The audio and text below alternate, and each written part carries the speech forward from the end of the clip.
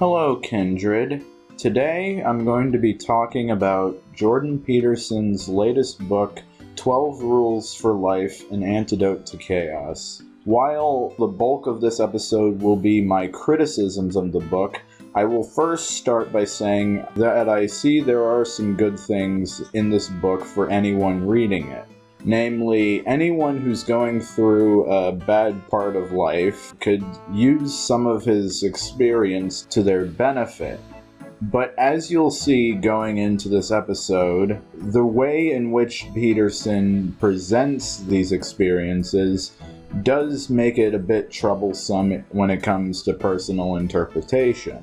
But lest we get carried away, I will discuss the first rule that I found somewhat objectionable in my reading of this book, namely, the rule that states, don't let your children do anything that makes you dislike them.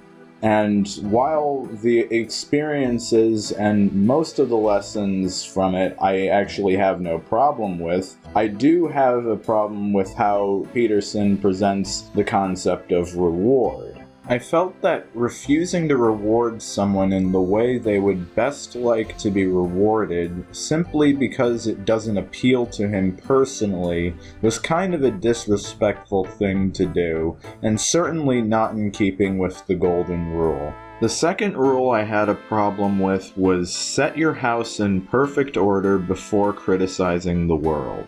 This rule on its face is so flawed, I feel the best way to tackle it is with a simple thought experiment. Say your house is in less than perfect order to begin with. Now imagine a dog runs through it, messes up the living room, then leaves. You now have to clean up that mess on top of whatever was initially out of place. While you're cleaning the mess, the dog comes back, messes up the kitchen, then leaves.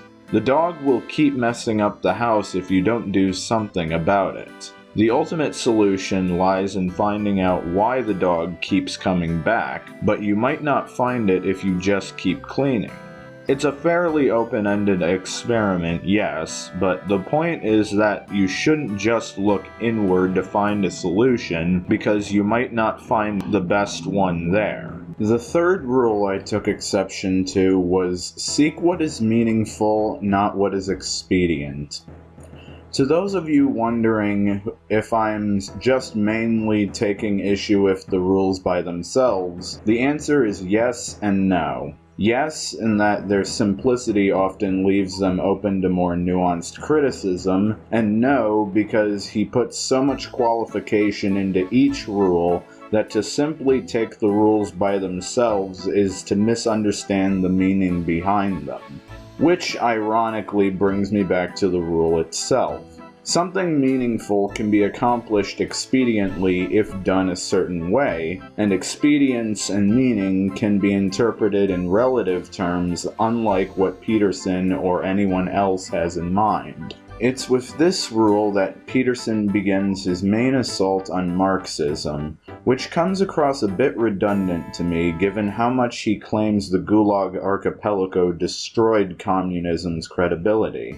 While I'm certainly not a fan of the Soviet prison system, I fail to see how it tarnishes the concept of rapid industrialization, or the fact that Cuba has one of the highest literacy rates in the world, and universal healthcare that is not only cheaper, but has better outcomes than the US except for maternal mortality. His effective non-criticism of socialism as something he grew out of left me with a bitter taste. Not just because I'm a socialist myself, but because a system where the means of production are owned by the workers is something I feel that the world is in dire need of growing into.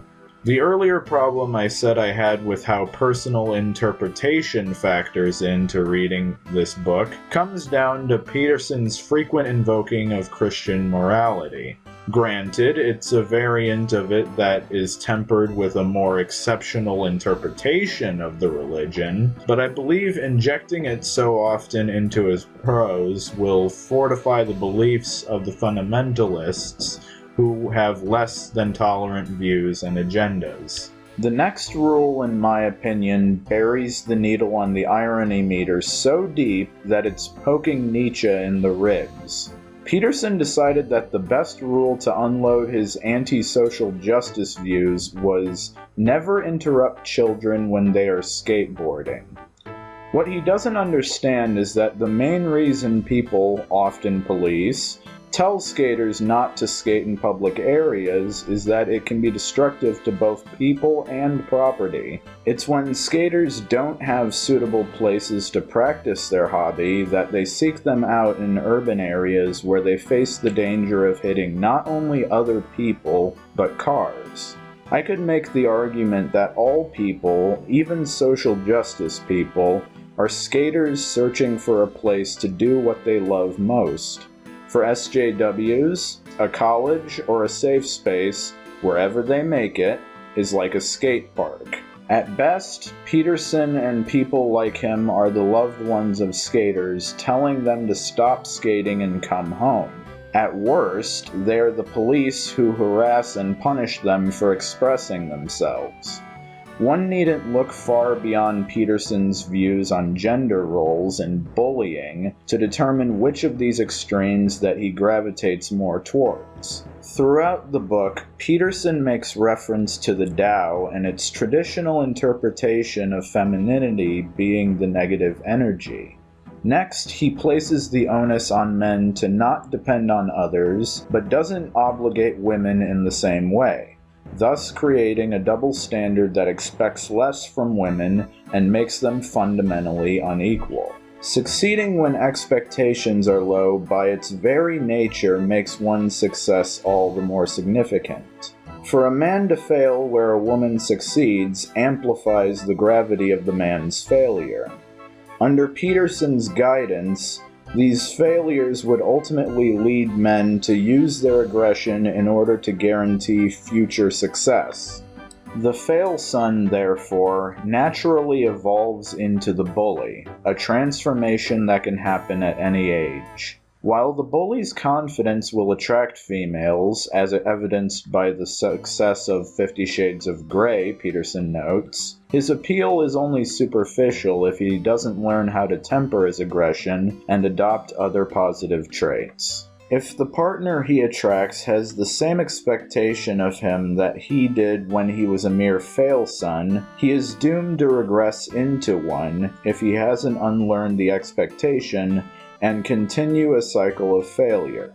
When you couple this with Peterson's views on men and women working together, you strike at the very heart of chaos in a way he is intellectually unequipped to do. On a final note, Peterson's narrow-minded views on transhumanism and on what works should be considered important have great potential to discourage future creators and inventors from doing what they hope will change the world for the better. The reasons that a clinical psychologist would want this to be the predominant way of life, one can only imagine. Thank you for watching, Kindred. Have a nice day.